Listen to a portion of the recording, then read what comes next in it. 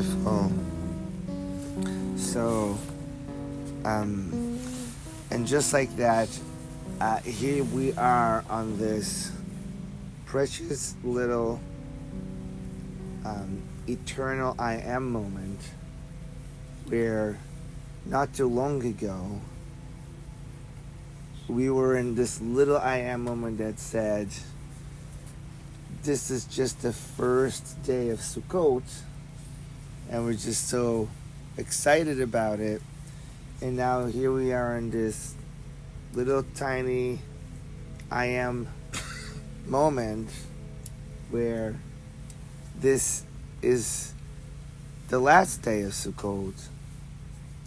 And so the Father would teach us that in this Adamic mindset, this dirt man mindset, we might say, oh, but when you understand that precious I am moment, you should be just as rejoicing at the beginning as you are at the end, because the Father would say, you do know that the end of anything is the twilight, the beginning of something else. It's the dawn, actually, what I meant to say, of a new.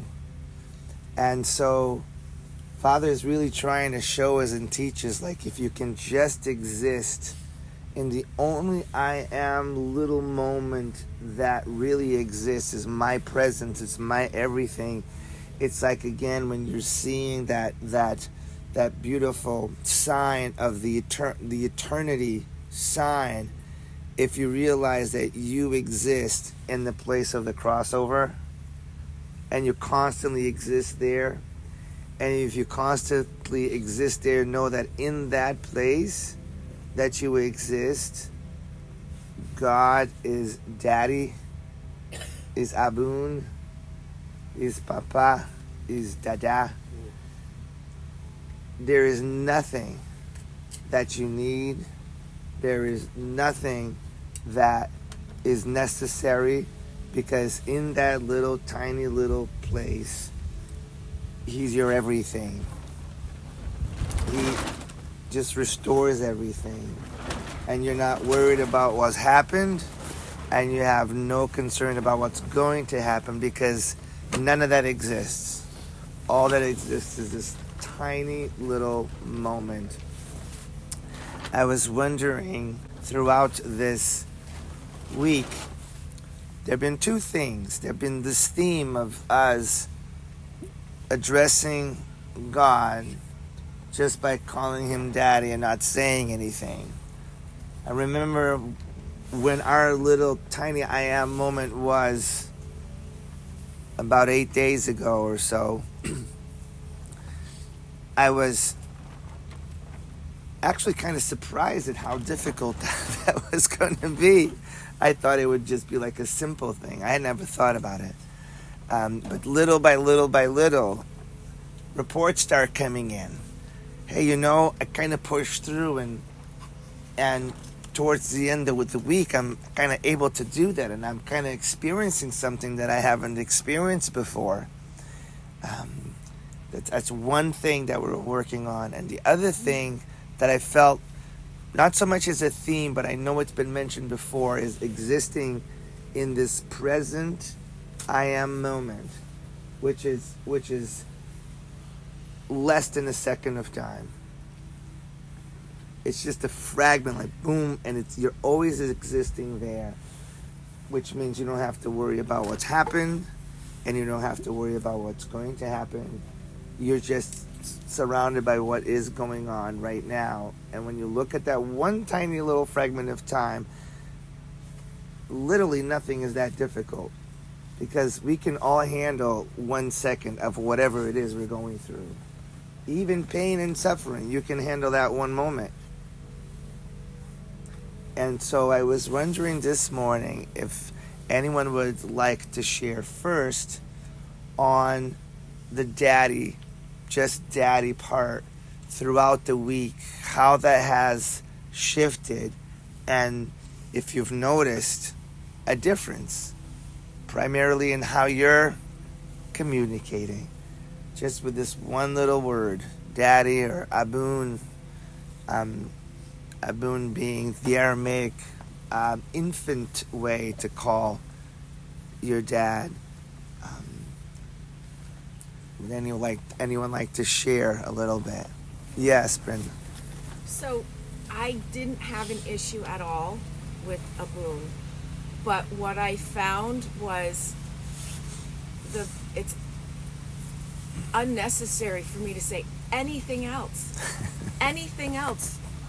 Like first I was sharing with Annette, when I first became a believer, the first Bible study I took was how to become a woman of prayer. And then I was involved in this prayer ministry for years. And we always started with praising Father, his name, the Jewish names, the Hebrew names. And we do the whole thing, and then we pray scripture because my words are totally inadequate. But this has taught me that I don't need any of that. Nothing. Right. I just need Aboon. That's it. Like, Yeah. I almost feel like, and I'm not, I guess it's a judgment, but it's like, how arrogant was I to even think I needed to say anything else?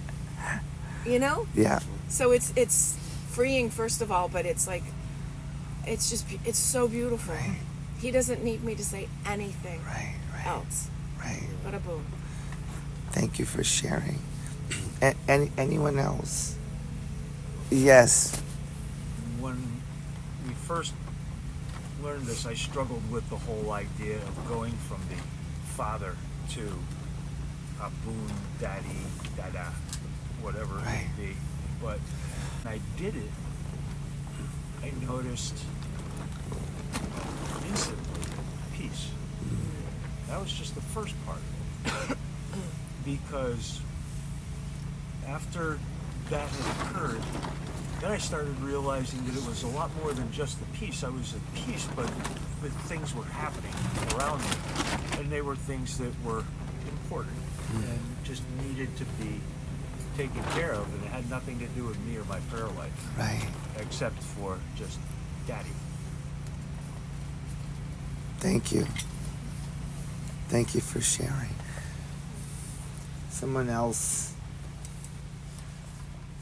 was experienced a little bit of a development, a little bit of a shift that went from, geez, I'm not really sure what this little exercise is, to, wait, this is actually, I'm starting to get something out of this. I'm beginning to understand something here. Anyone else? Oh, I'm sorry, I didn't see her. I just raised my hand. Yes. Yeah, I felt like, like I was feeling like a lot of comfort from God, like by calling him like Dada. Yeah. And like I could feel like, it felt kind of good to be like his little kid. It felt kind of good. Right. And then actually, I was feeling like praying in tongues was kind of like the same type of thing, because it's like little kid language, kind of. Right. Yeah. So that like, that was pretty awesome. Yeah. It's really interesting, because actually at the beginning of the week I remembered you had mentioned, like, I don't like it, because it's like in the beginning it's like, what's happening here? But little by little, as we kind of push ourselves to do something, when the Father is kind of trying to teach us something, then it's almost like a surrendering. It's like, okay, I'm going to forget about the fact that this is a little uncomfortable or whatever, but I'm just going to keep pushing through to see what happens. And obviously, as you know, after this Sukkot, your prayer life is not just going to be one word. We know that. But one thing that I feel that's going to be different about this Sukkot is, before you say anything, you're just going to have a moment where you say, I am just your little one, and you're my daddy. And I may say other things, but that's the most important thing I can say right now. With me, it was kind of interesting. As I was sharing, I didn't realize that, well, am I doing that? And then I said to myself, well, I can't share it if I don't experience it myself. And at first, it's not that it was difficult. It just kind of felt a little awkward because if I'm just doing the exercise, that's not a big deal. I can walk around all day and say, Aboon, Aboon, that's kind of cute and whatever. But the problem is, when you need to pray, I realize the last thing on my mind is some cutie thing. I just need to talk to God and tell him something. Okay, now this is serious. Like, forget the little cute exercise. This is serious. And that's what was difficult for me. Is like, oh my gosh, like now I seriously have to pray something to God, and I gotta say this Aboon or Daddy or Dada, and that's just like what am I gonna do now? Now it's real. And that was difficult for me. It was actually difficult for me because I had, as I mentioned before, several times throughout the week that people came and got me because there was an emergency and we need to pray right now. This is serious. It's an emergency. And I was like, oh no, what am I going to do? And I just said Aboon or said Daddy, and then just kind of walked away.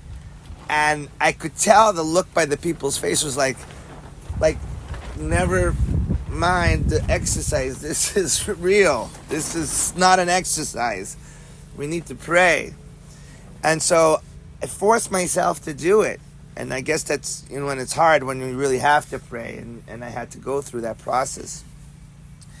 And I was like, well, Father knows what I needed. So I had to process that. Then towards the end of the week, something fascinating happened. I found myself praying and forgetting just Aboon. And as I explained the prayer, as I prayed like I normally would, suddenly I thought to myself, whoa, that's so weird. I actually spoke things, but I think the Father knew what I needed more than I could possibly explain what I needed.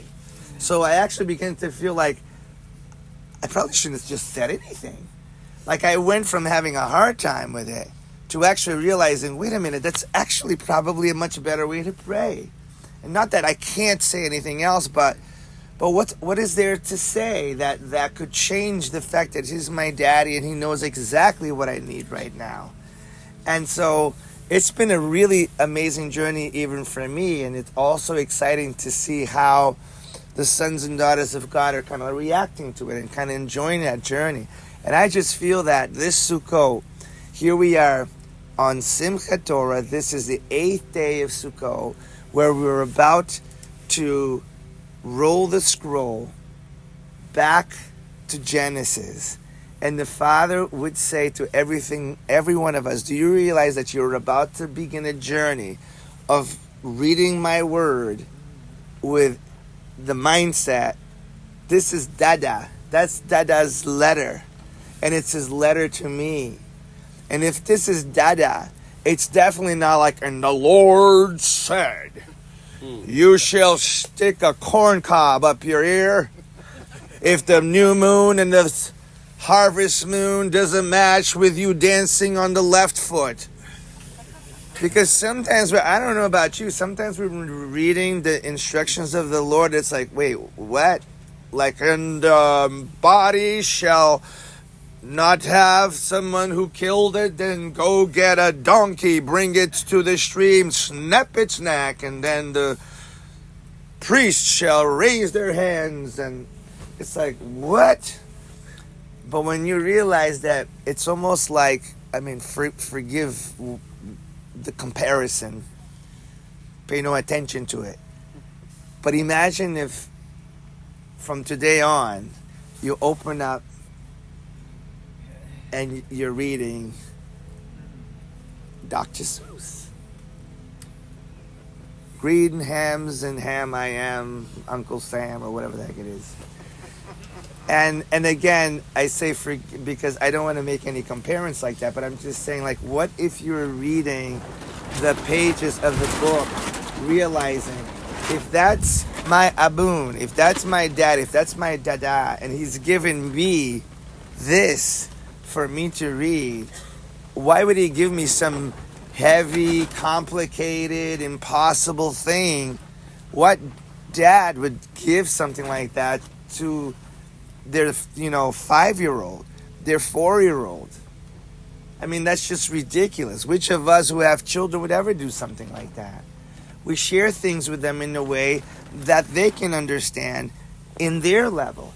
And this is the thing that I feel Father wanted us to understand. If you address him from this level, he has to respond at this level. If you address him at this level, he has to respond at this level. So if you address him as like a little tiny one, he responds to you as a tiny one.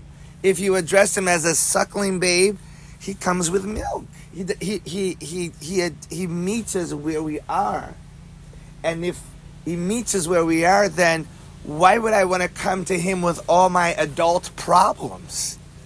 If I come to him and address him as a little 5-year-old, I don't have to worry about the bills and the this and the that and the congregation and how am I leading this congregation? How am I going to get on an airplane and go back to Portugal to officiate my dad's funeral? How am I going to do this? How am I going to do that? How am I going to deal with somebody in the camp because it's pissed off because somebody farted next to their tent and now they have to remember how rude they were for the rest of their life?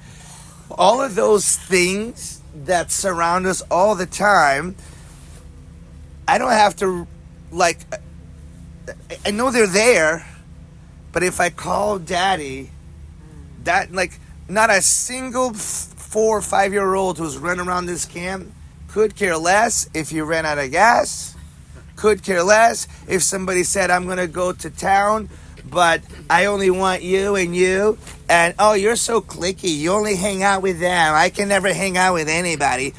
All these lame ass things that we just smear ourselves in, like, yeah. Father is like, if that's where you are, then I have to come and address that nonsense. But if you're a little child and you say to yourself, you know what? I am going to bring light and love to every clique I see. And just, you see a clique, just come on in and I just wanted to come and bless everybody here. Anybody need anything or whatever, if you feel like, man, people are like, no one is talking to me, like, do you realize that the only reason why no one's talking to you is because you're not talking to anybody? Come on. It's just so amazing. The Father wants to take us away from this nonsense that is just whispering at us constantly about whatever. Father says, go back to that place where you're a little child. Why is this so important? Because Yeshua said it. As he was sharing and teaching, these little ones, as you know they would, were running around and making a ruckus. Because that's what children do. Right now, if there was like 5-year-olds in here and 3-year-olds in here, we'd all be annoyed. Because I would be annoyed because I'm like, I'm trying to share something and here are these little ones. Can somebody please like take them away? And that's exactly what happened. There was children playing around and the adults were like, get these kids out of here. We're trying to listen to Yeshua and what he's saying because these words are so important. And Yeshua interrupted the great mystery he was sharing to say, do not suffer those little ones from coming to me. And he said, bring these ones to me, for theirs is the kingdom of heaven. And not only that, unless you become like these, you cannot see the kingdom. Yet when his mother and his brothers were trying to get his attention, he totally ignored them and said, who's my mother? Who's my sister? Who's my brother? Those who do the will of Dada. Those who do the will of Daddy. They are my brother, my sister, and my brother. Why is he allowed to be interrupted when children are making a ruckus? But he's not interrupted at all. When his mother and his family needed something, he ignores them. When the children are making noise, he stops what he's sharing to go play with them. I actually had someone say to me one time, oh no, Rabbi, you don't understand. When children are around Jesus, they are so well behaved. They just sat there listening to his stories. I'm like, man, you just need a smack upside the head. You're stuck on stupid. Like, children are children. The children make noise. And that's what they do. And as a matter of fact, David said, you know, out of the mouth of babes and sucklings, you have perfected praise. Praise. So in truth, if you've ever gone to a gathering and there's like one of those really annoying little babies crying and screaming, that is the greatest praise service there you've ever been to. In the kingdom, because that's how the Father hears it.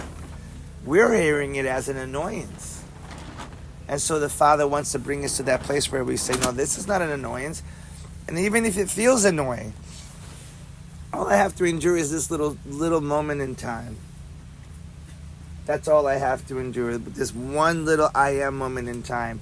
And if the Father is allowing me to hear this one little thing, and it's bothering me, I guarantee you it's not bothering the second Adam in you, it's bothering the first Adam in you. Your human, your flesh and blood, it's just annoying. Your thought process, because you're trying to think and you can't because this darn kid is bothering you. Or a dog is bothering you, or a cat is bothering you. You can come in here like you've left everything to come here, to be here in this weather, in the rain, all these things, and the Lord is bringing you in, and you walk in here, and you could see a dog, and suddenly, looking at that dog, you could literally be robbed of everything that's going to happen in here, because you're like, oh, why do people bring dogs into the Sukkot? And Yeshua could be doing miracles, and you're just thinking the dog. And then afterwards, people are leaving like, oh my gosh, that was a wonderful message. It's like, yeah, but I wonder why people bring dogs into the. And I'm just using that as an example. It could be anything. Why? Or, oh, it's cloudy again. Why is it raining? Why is it raining, God? Oh, the enemy is trying to attack us without rain. And we're missing that divine moment because we think we're under attack. And the Father's saying, how are you under attack? Like, I brought the rain. Because sometimes when there is rain, a shift takes place. I want a more intimate time. I want you to get to know each other in an intimate way where everything is broken and messed up, and someone that you've never even spoken to has come over to help you untangle something and put something together, and you made a little soup for them, and without the rain that would have never happened.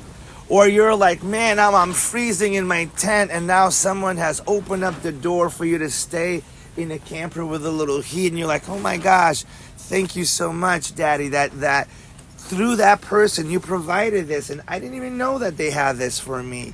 So the Father, everything is doing in all these moments, whether it's a joyful time or whether it's a difficult time, the Father says, know that I am aware of this moment because I am the great I am at that moment. I know what you're going through. Nothing is outside of what I know. Nothing happens by happenstance. I declare a thing and I will make it so, for I am the one who will not allow my word to return back to me until my word has accomplished what I sent it to do. And do you know when that's going to happen? In that I am moment in time. And when you begin to understand that you are a son and daughter of the great I am, you can realize, wait a minute, if I'm connected to this little crossover moment, though I don't see it, this part of eternity and this part of eternity is connected to me. I just don't see it yet, but it's coming.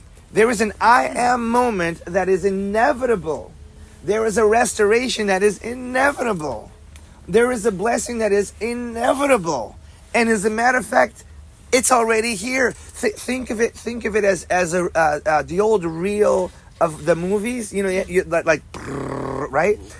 And if you stop at any one picture, that is a picture of that I am moment, and it doesn't move, it doesn't really do anything, and it could be in a part of the movie that's scary or that's sad or whatever, but that little clip is laced to every little picture before and every picture later. So think about as of prophecy, for example, as the Lord stopping the reel and taking the tape of this little picture, your I am moment, and bringing it and touching it to another part on the reel, and you're like, oh my gosh, what is that? And the Lord would say, that is part of the pictures. That's another I am moment that will come, and you're seeing it ahead of time, but now you have to go back to your present I am moment, because in this present I am moment, I need you to encourage your brothers and sisters and say, I have already seen what happened, not what will happen, but what already happened, because that movie is so old to God, it's not even funny. It's like, I know that movie, I've seen the movie. I am the movie. I am the light that shines through this little moment of time and projects it into the universe so that the angels can rejoice and sing and say, oh my goodness, we don't know how this is going to change, but we can't wait to see it. And you start living each of these little fragments of time with the greatest of anticipation, because you cannot wait to see how is my daddy going to transform what appears impossible to transform. And you begin to live with this amazing anticipation of things to come.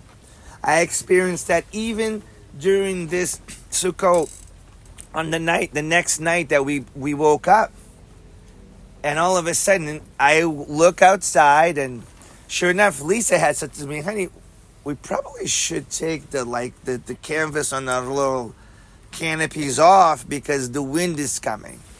And I, being the man that I am, and I have all kinds of, amazing ways of doing things, I said, honey,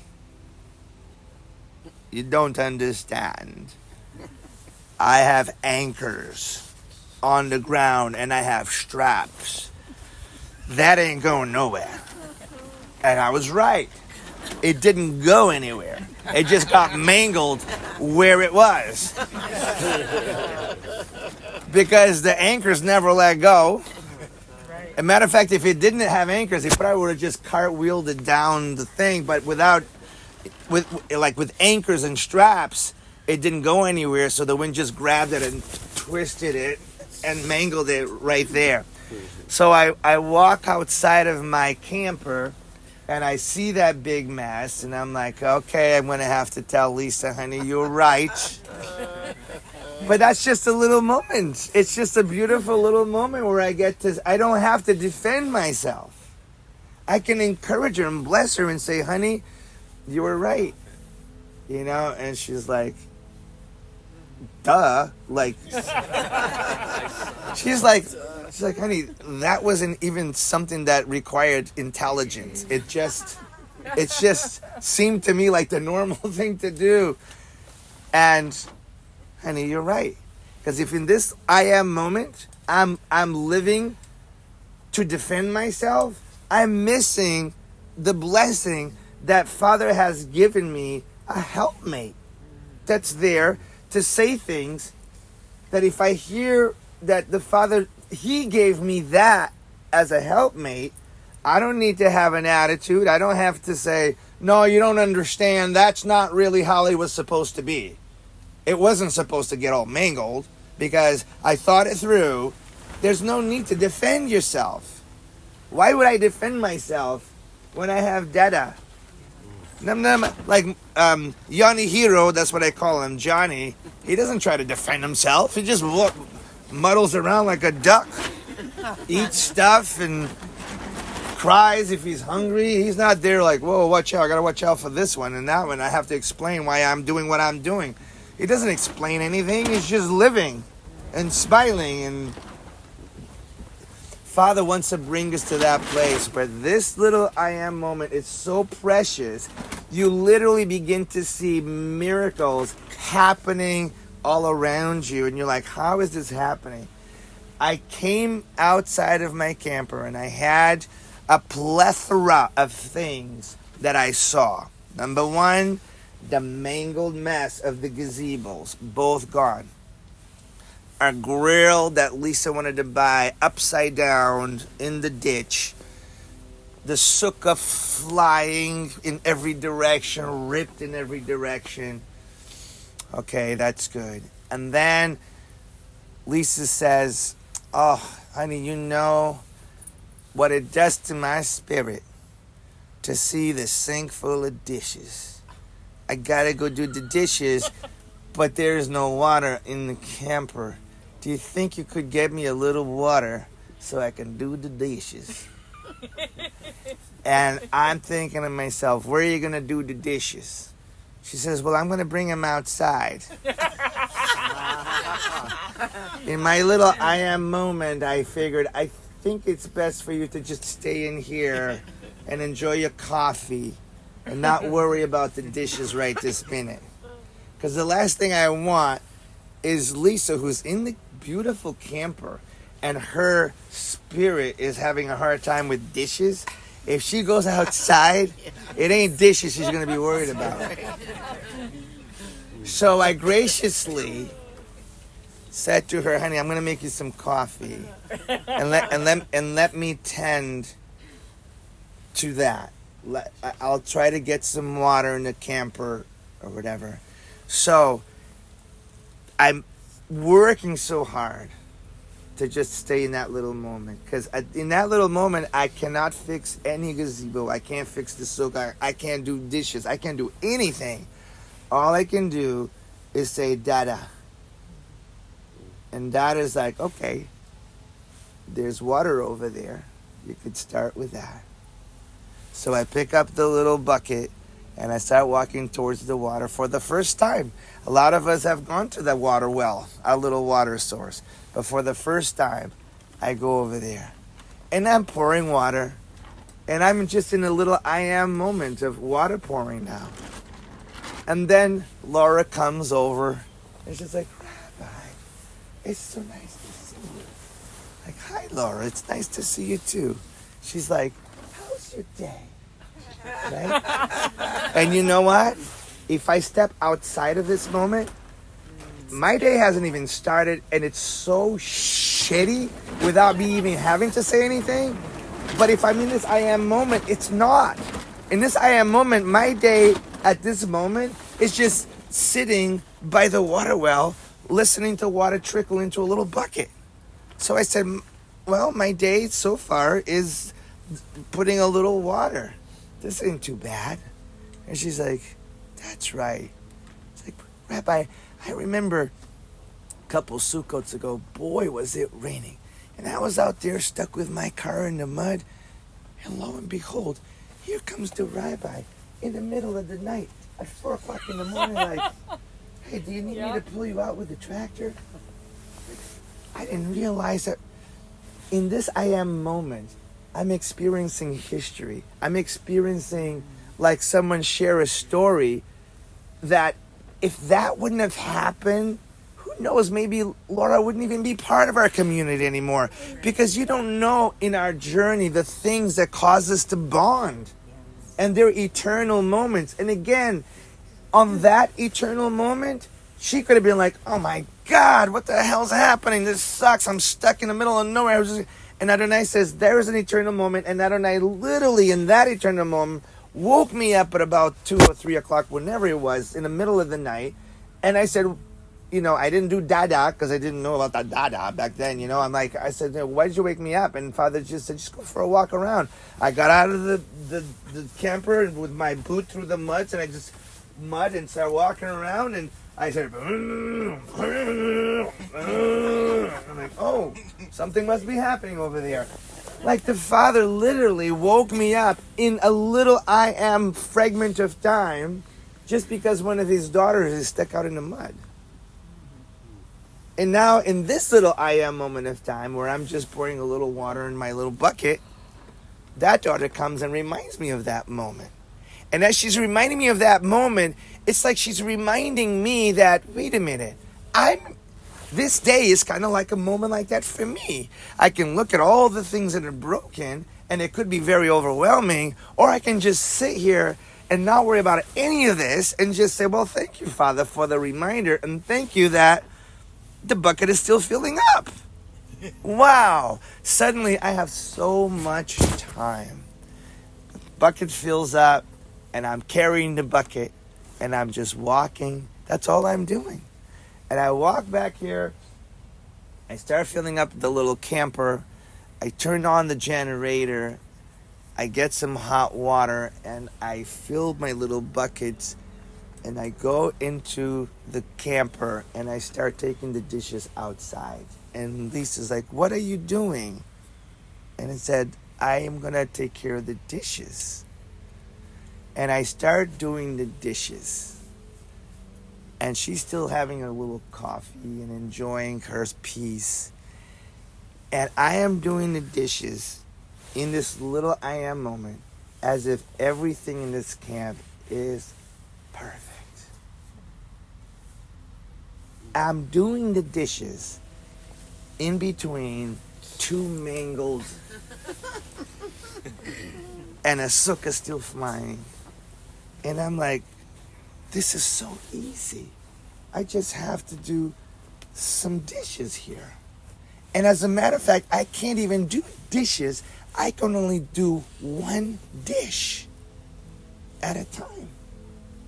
That's all I can do. I can't do the dishes. I can only do 1 cup.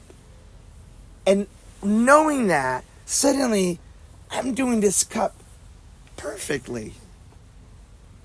Because I can't do 2 cups at once. And I'm doing the cup. And I'm doing the cup. And as I'm doing the cup, I start hearing all kinds of stuff is going on. And I kind of look up. And there's like people all around the sukkah, like putting things up there and putting boards up there and fixing this and fixing that. And Daddy's looking at me and says, do you see what's happening? Because you're just staying in your little moment of time. Others are staying in their little moment of time, and that one's moment of time right now is getting 1 board screwed on that little spot. And do you realize that you actually don't have to go there and say, no, that probably wouldn't work as well, because obviously last night you thought something was going to work really well. It kind of didn't. So it doesn't really matter. Can it be done wrong? And if it's done wrong, who cares? There's going to be something that's going to come out of it that's going to help you to grow. You can never, ever, ever learn unless you mess it up. Everything you do right, you learn nothing. When you mess it up, now you learn. How do we know this? Because in the book of Hebrews it says that Yeshua learned obedience through the things he suffered. So it's the difficulty that causes you to learn in this little I am moment. Lo and behold, by the time I was done with the dishes, the sukkah was almost completely fixed. I totally forgot about how I'm going to make a trip to Portugal to officiate my dad's thing. I even forgot about the 2 mangled things that are probably still there, like looking at me like, what about me? There's a moment in time that will take place, but there's just so much peace. It's amazing because we're all so uniquely different. It's amazing. It's for some of us, something is easier. For some of us, something is very hard. like for Rebecca, like she is the I am moment. It's like it seems like she's just, because you know what I mean. Like if she's just kind of like, it's like, oh my gosh, like yeah, I know this. This is another I am moment guy over here. It's like, oh, I'm just going to go over here, and like I passed by his campsite, and you could swear that's where he lives all year round, you know, making moonshine in his big giant barrel, you know. But it's beautiful because in all of this, with all our unique differences, the Father's really trying to share with us. And this is what I've been getting about the I am moment. There's little things all around it, and I'm seeing it as a little piece of bait and a hook. And it's just like bouncing around my little I am moment. And I keep hearing Father say, are you going to take the bait? Because it's all around you. All you got to do is just put your attention on that one little thing outside of this precious moment, and you're going to get hooked.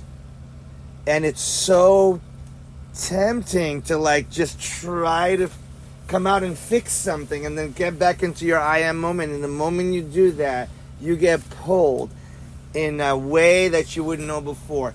Let me just give you a for instance of how simple it is for things to go to shit. Yeah. Okay, it's so simple, right? So, yesterday we deal with the things that are going on, and then we were able to get the Sukkot done. To me, it's miraculous because it's happening and I didn't even do anything. I'm like, whoa, thank you, Father. That's beautiful. I'm in this beautiful, happy I am moment throughout the day. And then, as you know, people are coming up and say, so what's on the schedule? What's going to happen? What's going to happen? And I'm thinking to myself, in this I am moment, the only thing that's happening is you're asking me a question. That's all that's happening.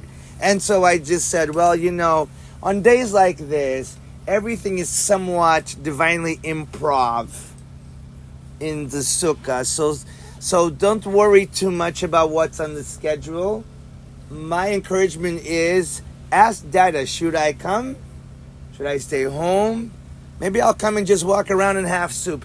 Maybe I'll go somewhere and buy some made soup and come to a cold, rainy Sukkot and walk around and ask, does anybody need some soup? Maybe that's what's going to happen today. I don't know. So all these things are happening. And then we were supposed to have one of the things that we love to do, which is having Bill and Betty come in and set up their whole pizza setup over here. And usually tons of people come for that. It's so good. Well, that can't happen because of the weather and all that. So someone has an idea. Well, why don't we just go out and get some pizza for everybody and bring it in, right? So that's an idea in that little I am moment, you know.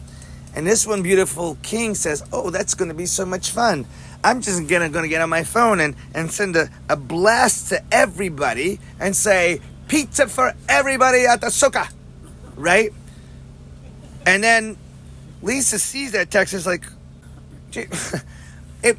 we don't really have pizza for everybody that you're like sending an email out to, because it's like there's a few of us here. We're just going to go get some pizza, right?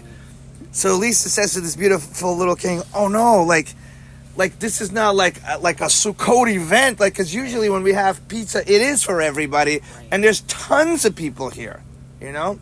So this little king tries to fix it. So he sends a text back. Correction. Only those who stayed through the storm are going to have the pizza. Stay home if you didn't have the balls to come out and be the real Sukkot. Yeah, I saw that. So now, someone at home who wasn't here during the storm is like fuming, because like, well, fuck that. I'm coming and taking everything and I'm going home. It is so simple to take the bait at anything. And at the end of the day, each person is just kind of trying to help. Because I don't want to mention any names, but Gary is just trying to help. and then I am here in the my little dada I am moment, and then people keep coming to me and saying, "There's a problem. There's a problem. There's a problem." And I'm just seeing like a hook with a little bait around. Like, in other words, you got to fix this. And believe me, I can jump out of my I am moment and think of some elaborate way to send another text to everybody to try to fix it. And the Father is showing me, if you try to fix this, you're going to muck it up even worse. Leave it alone. If someone is taking a hissy fit and they want to go home, that's their little I am moment. God bless you. See you next year. You know, you don't have to fix everything. All you have to do is experience this moment and say, okay, I'm not taking the bait. I'm just going to sit here and just tend to my little video game or whatever I'm doing, or my little coffee. And then we had a wonderful time over there. And there's there are every little nook and corner throughout this camp. There are moments of wonderful time. If you realize, this is my dad who's put me in this eternal moment, and it's really not that difficult, even if I have to deal with a shredded tire. Because either the Father shows you the miracle, or he sends you a brother or a sister that's going to fix it for you. So what does it even matter? That's the thing that I've experienced. And my prayer is that this year, as we go through the whole entire Torah cycle, because it begins next week, we're going to roll the scroll back to Genesis. It begins next week. My prayer is this, that as you go through the Torah cycle, you will see the words of Adonai as a little child. If you're a child, those words in the book are going to shift into a childish thing. And enjoy this little I am moment. Don't take the bait. Don't take the bait. And it's crazy. When you don't take that bait, something else happens that's trying to pull you into something else. Now, I would have been stuck trying to fix the Sukkot pizza shit show. And then all of a sudden there's a situation where Amelia's in a car accident. How am I going to tend to that if I'm frustrated about the pizza nonsense? Then I don't have the ability to be present at that moment because I'm stuck biting the bait of all this other crap that's going on. Father's so teaching us, just endure. If a moment is peaceful, rest peacefully, because there's another I am moment that might not be so peaceful. It might be kind of crazy, but you're going to handle it just fine because I gave you rest so that you could enjoy that. And that's not going to last forever. It's going to last this moment of time, and then that'll be done, and you'll be able to rest after that, and you'll have an amazing story and see the miracles and the wonderful things that I do. So my prayer is, as we've come to this day, and it's beautiful because it's still morning, which this day is going to be a wonderful day. This day is so precious because it just starts. We gather together, and then all of a sudden there's really no program, there's really nothing going on, so we can just kind of enjoy, and some of us start putting some things away. I always encourage, if possible, just pack up tomorrow. Why not? You know what I mean? Because this is a holy day unto the Lord, which ends at sunset. Why would you pack up at sunset? You don't want to pack up during the holy day, so why not?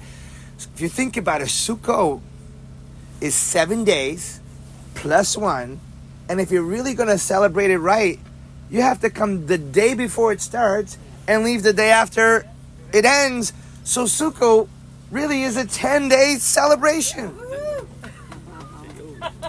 So this year, I'm going to plan on my little I am moment when I put in my vacation or whatever. I'm going to make sure I have 10 days put aside. That's right. So I don't have to be rushing, and I'm just going to enter in and enjoy and have a wonderful blessing. Bo, did you have something to share? The Aboon outside for this beautiful fruit. After that, the pizza mess, one of the child here got talked to father complaining, and then got the Aboon moment. That person delivered 6 pizza and solved all the problems. That's beautiful. The miracle is that she only ordered 5 when she went there to pick it up. They gave her an extra one. And then there's 6. The guy, the owner, they made 1. Yes, That's awesome. Number of men. that's right. Woo! Glory. She actually called me and she was like, well, I'm really confused because like I thought like Sukkot was like this celebration where like everybody was invited, and now like I'm hearing like I'm not invited, and if I didn't, and I was just like, what do you think Jesus would say? Like, it wasn't like it was like, oh, the only people can have it. It was the wait, how many people do we have right now? I'll provide some pizza. And I was like, it was just more like, oh yeah, let's get a head count. And suddenly what she heard suddenly made so much more sense. She was like, I'm just gonna, like, if there's anyone that comes, I'm just gonna buy pizza for anyone extra. And she said, and I'll bring some whiskey. And so she then went from like being all offended and upset to being like, I'm gonna provide. It was just lovely. That's it.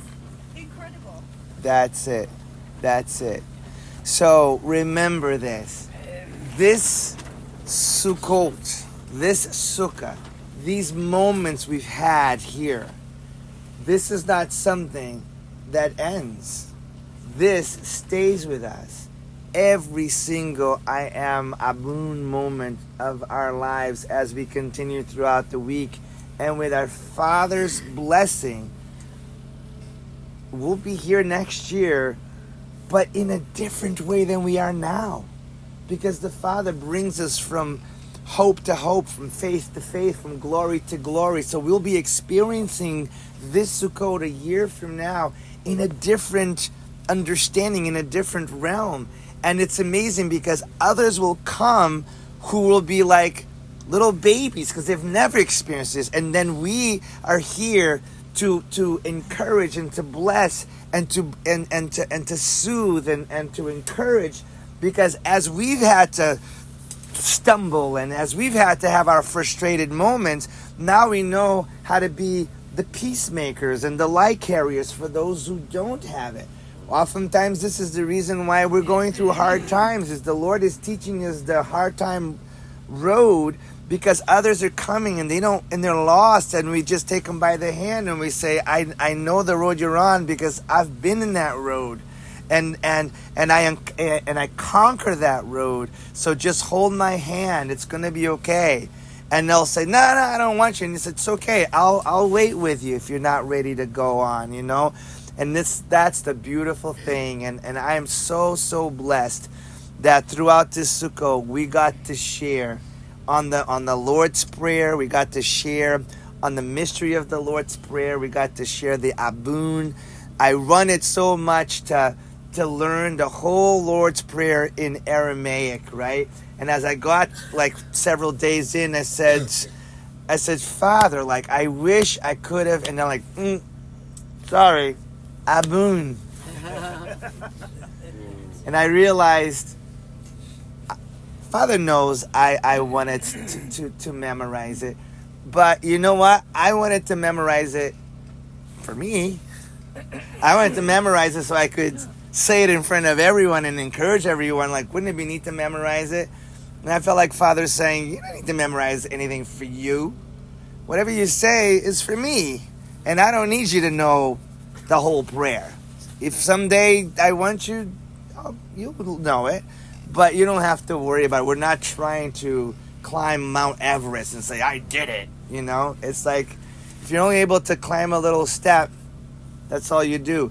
Matter of fact, when we first came to Connecticut, and we had our first Torah scroll after, I don't know if it was 1 or 2 years after Mishkan, we had our own Torah scroll, and we wanted to go up to Bear Mountain, which is a much more difficult height than I thought it was going to be.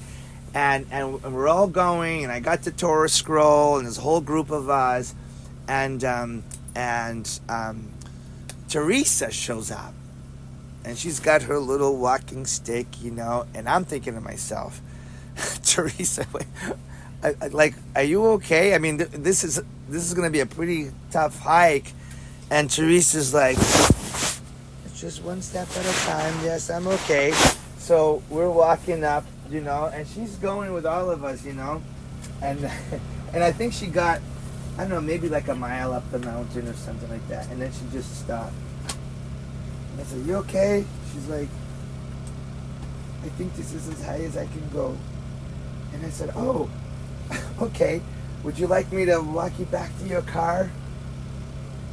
No, I'll just stay here and wait for you to come back. I said, it's probably going to be a long time. You might want to go to your car. And I think I just walked her back down to the car. And to me, I thought to myself, how amazing that someone who is experiencing life in a vessel that doesn't really have a lot of strength or a lot of speed or whatever was willing to come out and try. And I thought to myself, what if you could take that willingness and put it in the body of someone who has the strength but is always complaining? Oh my gosh, you'd have a super soldier, And then it's amazing because Father sees that and is like, that's my little girl. And look, she climbed the mountain.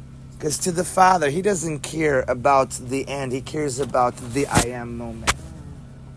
Then he has another daughter, like Bo, who's jumping up and down, jumping up and down, dancing and dancing and dancing. And I'm like, oh my gosh. And it was so beautiful. But it's encouraging because it's like Father is saying, look at my daughters. Look at them. And the Father sees them as equal. You know what I mean? Like he doesn't see like one. He's like, look, she worked so hard and she got this far. And my other daughter is jumping. And the Father is saying, Bo will do what my other daughter can't. And I'll consider it as they both did it. And that's how Father is. And that's how Father is, and it's so beautiful. So I really do encourage you, as you go through this year, read the Word like a little child. Stay in that I am Aboon moment. And save a lot of time in a lot of prayer time by simply saying, maybe I don't need to elaborate all these things to my Father who already knows. He even knows things that I don't even know I'm going to be praying for. He already knows them, and he's already preparing to restore every situation. Glory. Yes. I feel that Father wants me to share, and I didn't earlier because I just was like, okay, kind of shy. But I have this great relationship with him. I've been calling him Dad and Daddy for a couple of years now. And he just wants me to tell you how wonderful it is because he does these amazing things for me. He just wanted me to tell you how wonderful he is and everything. And, when I go to him, I've been seeing for the last year or two, is when I see him, I go as this little girl. And Jesus always meets me. Then we go up this elevator and press the button for Daddy. And then I go up and I see him, And so, it's just this, he wants me to share what a wonderful, it's just beautiful. And I love it. Hallelujah. So he wanted me to share that so that it's all, for everybody. And okay. Thank you for sharing. Yeah. Well, enjoy this precious day. Sometime at about 2-ish, I believe, is on schedule. Yeah.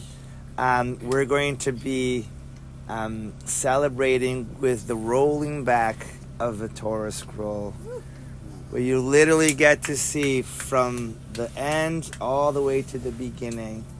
And how beautiful that next week we start the scroll as little children, reading the instructions of our Daddy and staying in those little precious moments. Have a wonderful, wonderful, wonderful Simchat Torah day.